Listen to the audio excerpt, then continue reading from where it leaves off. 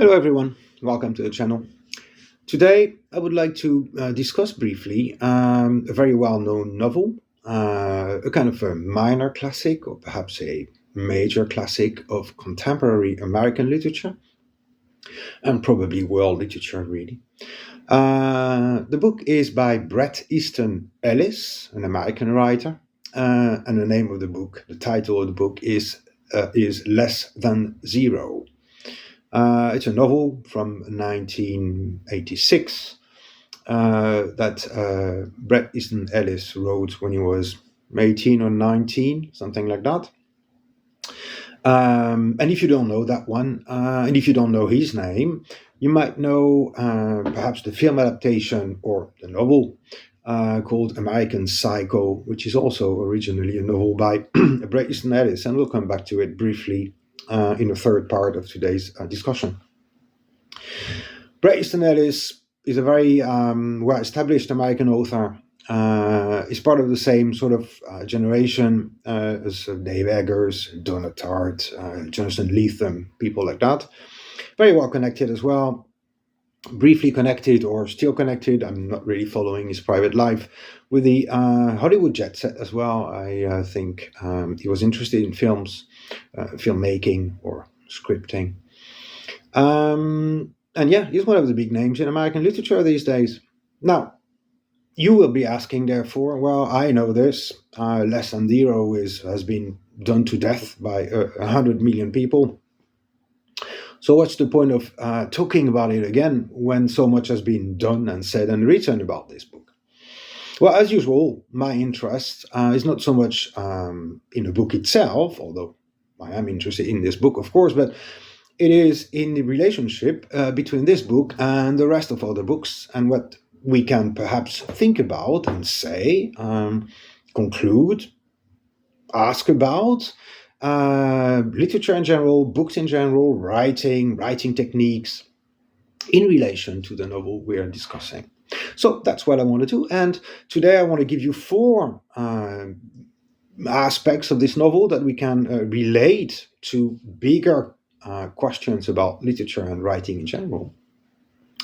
The first one is a well-known one. It's a relationship between form and content and the interaction between the two, and how form influences content, but conversely as well, of course, content does influence the form. So that's something we need to think about, and it will also be an opportunity for us to briefly think about how does one read well, that is, how does one read literature, what helps.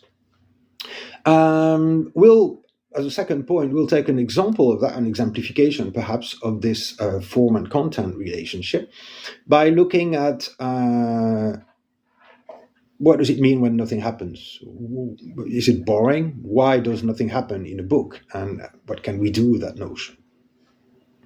Then we'll move on to something slightly different, which is, well, novels, and this one in particular perhaps, but novels in general as mirrors of a generation, that is a way of seeing, feeling the world, and we will have other examples to bring, of course, in that discussion as well.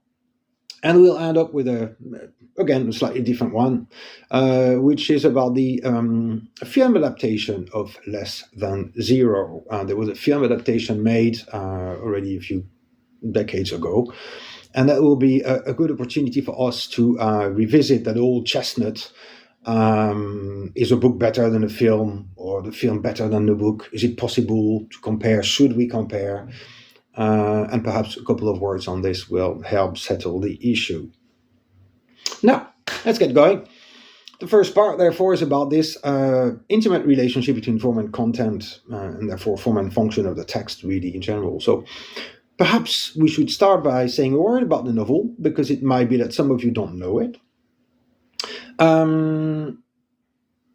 It's set in Los Angeles in the 80s, among a group of very young people, 18, 19 on average, and all very rich, almost all of them very rich. And what we mean by rich is having so much money or access to money that money is never really mentioned, because it's just there, like air, and water. Now, what do we have here, which is interesting for us? We have a narrative, let's say, structure, and also a narrative appearance, which is not necessarily what we would label as purely novelistic. That is, first of all, it's written from the point of view of the narrator, somebody called Clay, and he's about 19. And he's just back from college to visit his friend and family. That's the reason for him to come back to Los Angeles, because he's studying somewhere far, I can't remember where. And Clay writes his everyday life when he's back in Los Angeles. And he writes it from his perspective. And he writes it in such a way that it's kind of hard to feel an emotional attachment to him or those he meets. Why? Because the style is very direct, very short sentences, not Hemingway-like, but slightly longer, but still short sentences, very simple language. No, difficult words or elaborate, syntax. Very simple, very short paragraphs as well. And basically the feeling you get right from the off is that it's like somebody sort of filming scenes from a distance, right? And one aspect of the narrative is that Clay is not really self-reflective. Now, it does reflect, and we'll come to that in a second, but mostly he observes. That may remind some of you of a criticism that was addressed to this great English writer, J.G. Ballard. A critic once complained that his style was a bit cold, a bit... it felt at a distance from the characters and the situations he was describing. And J.G. Ballard responded that he saw his role as like an entomologist, somebody studying, insects. And when you study insects, you don't actually, get emotionally involved in the bug you're dissecting. What you are interested in is dissecting the bug so that you understand how the bug works and lives, right? And that's kind of the feeling that this form that Bret Easton Ellis has given to the narrative gives the reader emotional detachment. Part of the sort of the form of the text is also the tenses in which it is written. Basically, most of the text is written in a present tense. That is, I go, I see, or they do, they see, they drink, whatever. And this is important because, first of all, there are passages written in the past. So we'll come back to that in a second, because if we have both passages entirely in the present tense and some passages in the past, immediately as readers, we've got to ask ourselves, what is the difference between the two? That is, what does each tense describe? Now, it's important here to remind you, or to tell you if you don't know, that what Clay, the narrator, and his friends do all day is nothing much, let's say, or rather it's a lot if you consider that they spend their time drinking, taking drugs, and having sex. They drink a bit of everything, but because they have money, of course, you might as well drink champagne instead of beer. They take the best drugs, many of them, and a lot of each of them. And they have sex, with pretty much everyone. That is, there's no real heterosexual, homosexual separation. You fancy somebody, you have sex with him or her, whichever gender you are yourself. Because it's all written in an emotional, cold, almost cinematic way, it also means that all those aspects of their lives acquire a sort of in the moment thing. That is, now we're having drugs, now we're having sex, now we're drinking, now we're going out to the pool, now we're meeting all those people. And it's important here to say that as part of this function-form relationship, all characters look alike, or are described as kind of looking alike. So they're all blonde, attractive, tanned, the picture of sort of physical perfection, blue-eyed. But ultimately, what happens after a few pages of some of those characters, you realize that they all look alike, and they all have names, very short, one-syllable name, like Tom or Pete or John, or whatever, Rip. And so they are almost impossible to distinguish those characters. They just come and go. So basically, three characters sort of survive this dehumanization, as it were, of the other characters, and that's Clay, that's his girlfriend, Blair, and his friend, his best friend, one of his best friends, is it even a friend? It's unclear, really, called Julian. So what we have here is a narrative which is done in such a way that it feels like you're watching a documentary, where nobody seems to feel very much.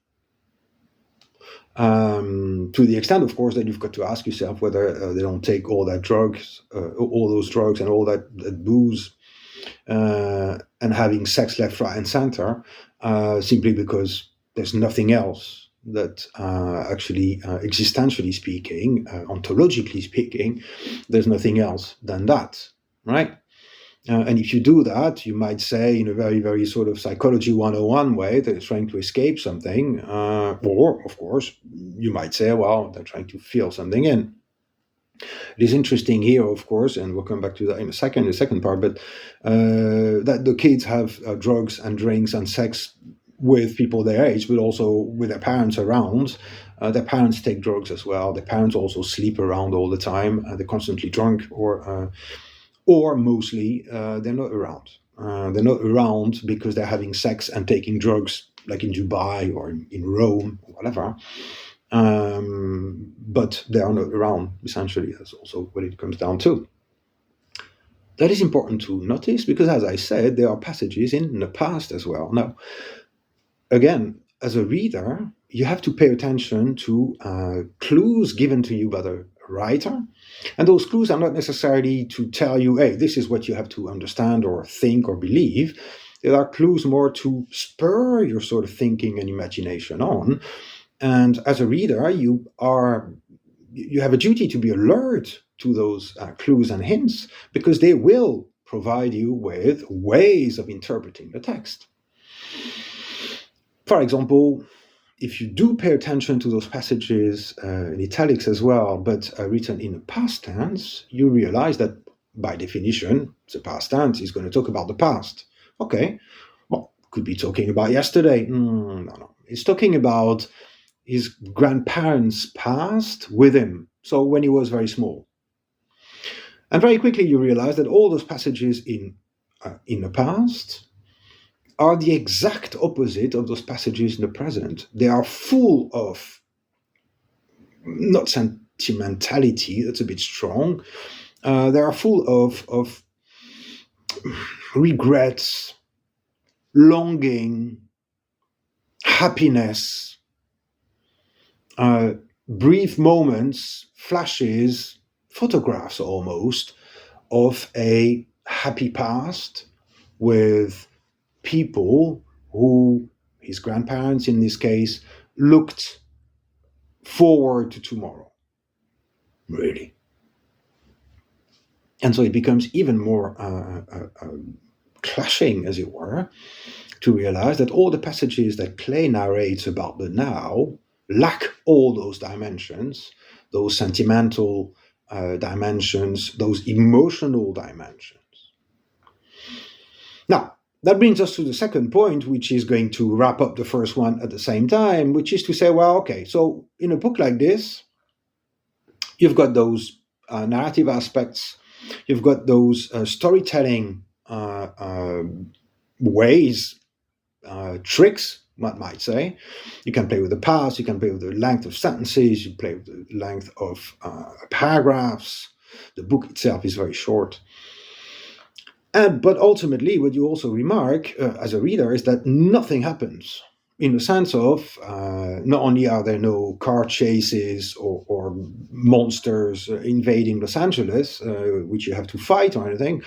Nothing happens in the sense that the most they do is take the car, go to the beach, get drunk, have sex, and then come back. And that's really the most they do.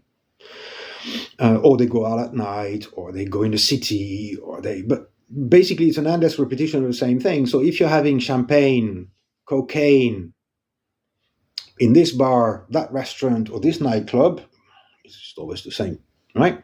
And wherever you go anyway, you see the exact same people as you. And as I said in the beginning, they all look alike anyway. They all kind of have the same name and the same appearance and the same mentality, really. That is, my parents are not here. I've got loads of money. I'm going to drink and take drugs and have sex.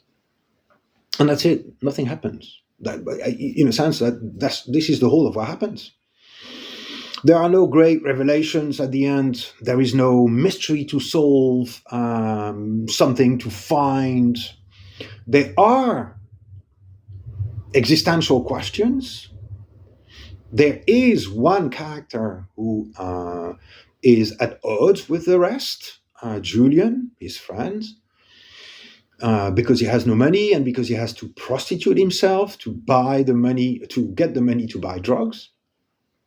And so you would think, okay, well, those are opportunities, those are chances, Bret, the writer. Those are chances. Come on, give us the moral message. Tell us what we should think. But this is not what he does, of course. What he does is that he leaves it to you to put those things together. Now, the question for us is, when nothing happens, what do we do with that? Do we say, well, it's a missed opportunity? It's not very well done? Do we say it's boring? Well, we can say all those things, of course, but much more interestingly, when you read literature like this, you've got to ask yourself, well, can I not affix meaning? Can I not interpret the absence of actions? Instead of saying, well, it's boring or nothing happens. No, you've got to say, okay, in a book like this, when nothing happens on that scale, I've got to relate it to the rest of the narrative. And that's where it becomes very obvious that when nothing happens, it means something. You have to do something with this from an interpretation point of view.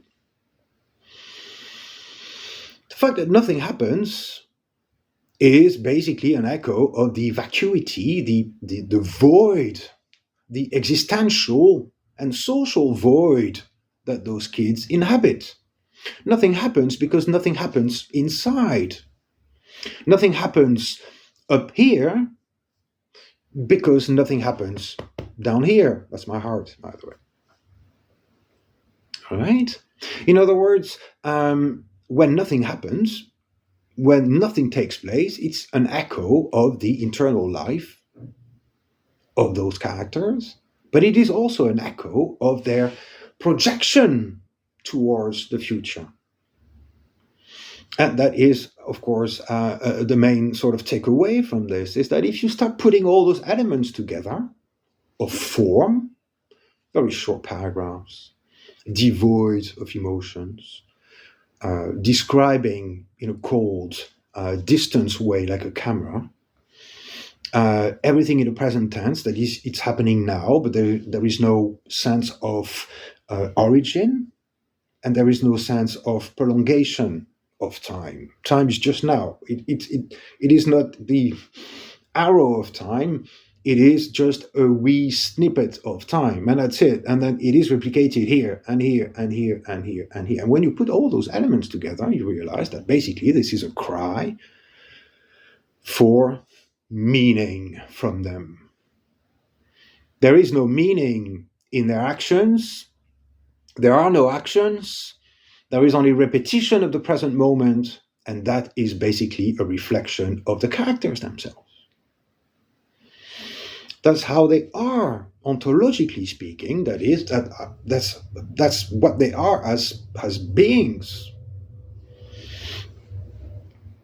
and they have nothing to look forward to. Now, that brings us to our third point, of course, which is to do with novels being sometimes, of course, mirrors of a generation. Now, of course, it reminds us of something we all know, which is that a novel or a work of art in general is always the emanation of its own time. That is, it is a creation of its own time. You may try to abstract yourself away from your own time, for example, by writing in a, fake 18th or 19th century style. Or, of course, projecting yourself 1,000 years in the future. But it doesn't really matter, because the origin of the work, the origin of the thoughts that go into the work are now, at the time of writing. Francesco Zeffi, I think, may get the name wrong, an Italian art historian who was specialized in fakes in painting, wrote somewhere in one of his books that the most difficult fake, almost, in fact, the impossible fake in painting, is faking pre-perspective paintings, when you know what perspective is. Now, perspective is 13th, 14th century. If you look at paintings before that time, there is no sense of perspective. So, it's a one-dimensional surface, really. There is no sense of depth, and therefore relationship between objects on that plane. Once perspective was invented, then, of course, we get the paintings that we know today, where you can have depth in the painting. And Zeffi says, well, basically, once you've seen perspective, once you've seen the relationship between those objects being painted on a canvas, it's impossible to fake not knowing it. It's the same for creations in art and in literature, of course, in general, which is that a book is always really, at heart, the creation of somebody at some time, in some place.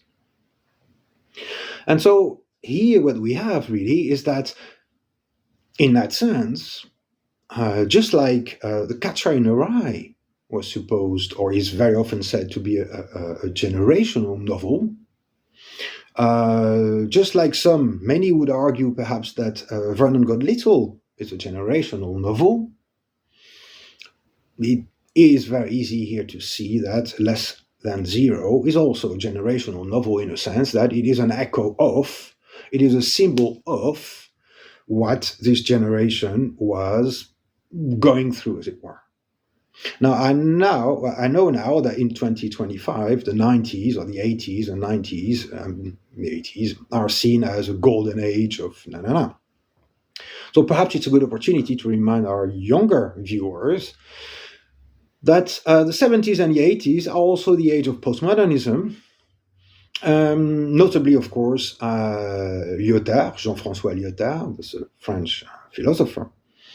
And what Lyotard already identified mid-late 70s was what, for him, characterized the postmodern age, the age of the 70s and 80s to come, and that was the absence of grand narratives. Oh, wow. What is that, you say? Well, grand narrative is basically a sort of social endeavor that you participate in for the good of everyone. And very often you will not see the end of it. That is, it's like building a cathedral, right? Like Notre Dame, I think, took more than 150 years to be completed. So obviously the people who started on it never saw the end of it. But it's okay. It's like the women who fought for emancipation at the end of the 19th century, for example. I'm sure that many of them knew very well they would never see the end of their fight. But they were not fighting for themselves only. They were fighting for the cause. A grand narrative, something that is bigger than themselves. We have such narrative today, the environment, which, unfortunately, as you can see, is not really taking hold, right? Religious movements, communism, whatever you think of those, are grand narratives in the sense that they are collective-wide endeavors. What Lyotard identified at the end of the 70s is that the postmodern age, which is in full blow in the 80s, is the absence of those grand narratives. People have nothing to invest in except themselves. There's an endless replication of yourself. That's all you're looking towards. You're not looking towards 100 years in the future. How can I make the world a better place? No, you're looking just next generation, my kids. Uh, I want them to have as much as I had and a little bit more if possible. And that's it. It's also interesting to realize that Lyotard here was talking at a time where the main motto of the punk movement, 70s of course, was no future. And no future doesn't mean, I don't care about the future. No future means there is nothing to look forward to. We're mired in the now, but there's nothing else we can actually aspire to, right? There's a slew of novels. I can only refer you to Douglas Coupland, for example, who in the 80s and 90s was a very, very big name. Don't really know what happened to him since. But he has some really, really very good novels about this sense of what now, where to, what's going to happen. And it's not what's going to happen in the sense of, I don't know what's going to happen to me, will I have enough money to buy a car? No, in a sense, existential sense, that is, where are we going with this? Who are we going to become? Who can we become? And so in that sense, Less Than Zero by Bret Easton Ellis is a generational novel because it echoes that postmodern angst, that fear, that existential fear, where all characters are empty, they cannot connect emotionally, they have no aspirations, no dreams. Clay, the narrator, has a girlfriend, and she asks him at the end of the novel, "So, but did you ever like me, or love me, or like me even?" And he doesn't answer. He just turns away. He can't be bothered to answer. He doesn't care enough. When he sees Julian, his friend, prostituting himself to get money to buy drugs, he doesn't try to save Julian. He doesn't try to say to Julian, "Look, I'll give you the money. Don't do this." No. He stays. And he watches. Because, as Clay says, I want to see the worst. Well, that's not very hopeful. So generational novels like this are an echo of an existential state of being. And again, despite what the new generation might say, the 70s and 80s were characterized by this existential angst, this lack of grand narrative. And so in that sense, Less Than Zero, beyond what it is about, beyond what it describes, is a mirror, or perhaps a vehicle to enable us to reflect on those aspects of being in the world. It's not enough to have a car. It's not enough to have money. It's not enough to have so much money you can do anything you like and buy anything you like. Ultimately, it all comes back to bite you. What are you here for? What will you become? What are you going to make of yourself? Now, finally, we come to the fourth point, of course. Again, it's strongly related to what I've just said. This novel was adapted a few years after it came out. Very slick sort of production, American production, Hollywood production. Now, we do understand, of course, that the onus on the writer, financially speaking, is very small. Right, in the sense of it doesn't take much to write a book. I mean, it's very badly paid, of course, as a profession. You all know that. But by which I mean producing a movie, making a movie, paying the actors and this and that costs a lot of money. So there is, of course, much more of a requirement to have a return on investment when you're making a movie than when you write a book. And so we understand that a movie maker is under a different type of pressure from a writer. So we understand that, of course, we cannot necessarily expect the same sort of moral depravity in the book, that in the film, that the book exemplifies. Depravity in the sense of there is no good moral, bad moral, there is no moral. And if there is no moral, if there are no morals, then everything is possible. Dostoevsky told us, of course, in the 19th century, something that was picked up famously by Nietzsche, of course. God is dead, now we're free. And here it's not a question of God at all. God is completely absent from this novel, but here there is, because there is no future, we are free. but freedom has a cost. Anyway, what did they do with that film adaptation? Well, the filmmaker, I can't remember who it is, it doesn't really matter, I think. The filmmaker decided to read the novel in a certain way. Now, that's their right. Of course, you and I have the right to read a novel and interpret the novel in the way we like. Now, of course, you can be very poor at it, or very good at it, or very biased. It doesn't really matter. But so we recognize the right of the filmmaker, of course, to interpret the book the way they want. What did they do with it? Well, they decided that for Hollywood purposes, probably, I can only imagine that's the reason, the book would become a moral book. Now, I just told you that there is a complete absence of morality in this book, a complete absence of morality.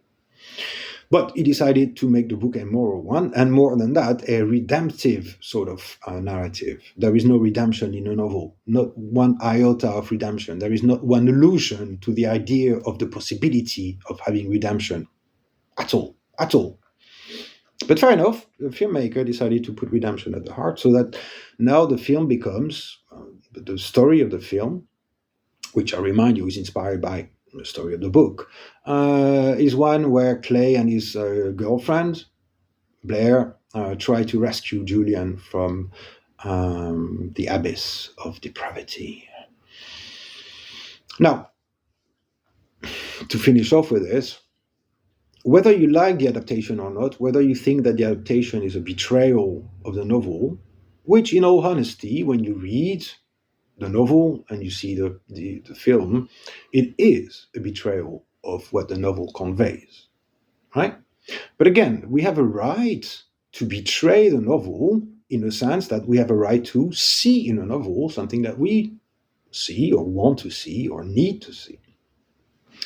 So again, if we accept that this person made that movie, again, under very, very different pressures, because they needed the money back from that movie, they needed people to go and see it. So can you get people to go and see a very depraved, morally speaking, movie that presents no redemptive arc, no possibility of happiness, really? That's what this book is about. It's a very adolescent book in that sense.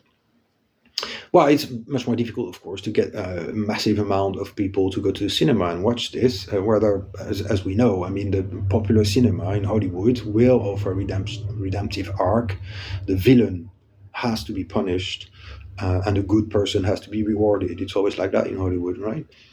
So it reminds us that as readers, we are free to interpret the book, and it reminds us that a filmmaker, forgetting for a minute about the money aspect, a filmmaker is no different from you and me. They are a reader first. And so they will see the text in a certain way. And because they see the text in a certain way, or understand the text in a certain way, what they will film will be a reflection of that interpretation. Now, when our best friend reads a book we read, and they say, well, you know, I think it's about love. And we think, no, it's not about love. It's about, I don't know, money. I have no idea. What do? Well, we can accuse, well, we can, label our friend a poor reader because he didn't see it. They didn't see it. And we did, of course, we're such great readers. Or we can accept that is the game with literature also, is that at some stage people will let their own being resonate with the text in a certain way, irrespective of the aspects we've pointed out today in this video about narrative aspects or adequation, form and content, etc., etc. They'll just say, no, this is how I feel it. Okay, and then they go, buy a camera, film the thing, put it in the cinema, and then you go and see it. And then you go and see it and you think, no, it's not the film, but it's not the book. It's not the book I read. Yes, but it's impossible to have a logical, purely rational answer to the question, is the film better or worse than the book? The film is a different medium, and by definition that changes a lot already, of course. But the film is also ultimately the result of the interpretation of a text.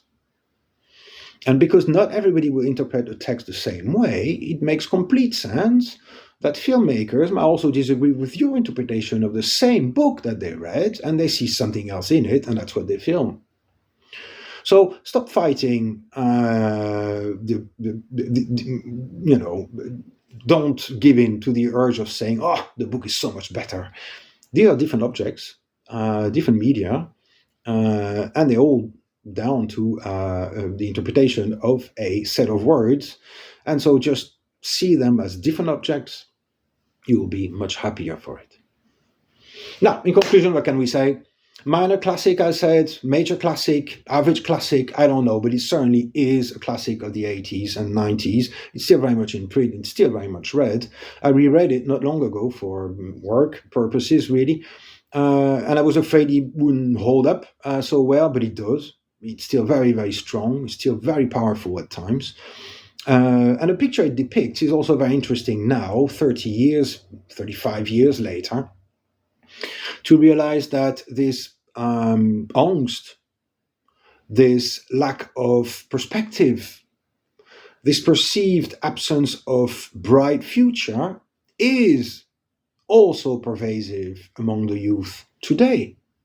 And we are being told again and again that young people are afraid for their future, that fewer of them want to have children because they're about the uncertainty of the direction in which the world is going, the environmental crisis. Well, it's an echo of the 80s, where there was nothing, as perceived by that generation, there was nothing to live for. And so if only for that, this book is really, really, really worth your time to revisit what was that collective angst at the time, and is it so different today? So I hope that, as usual, you go to your local bookstore, find Lesson 0 or order it, read it. It won't take you long. It's a short book. And hopefully you will get as much from it as it is possible to do. Thank you.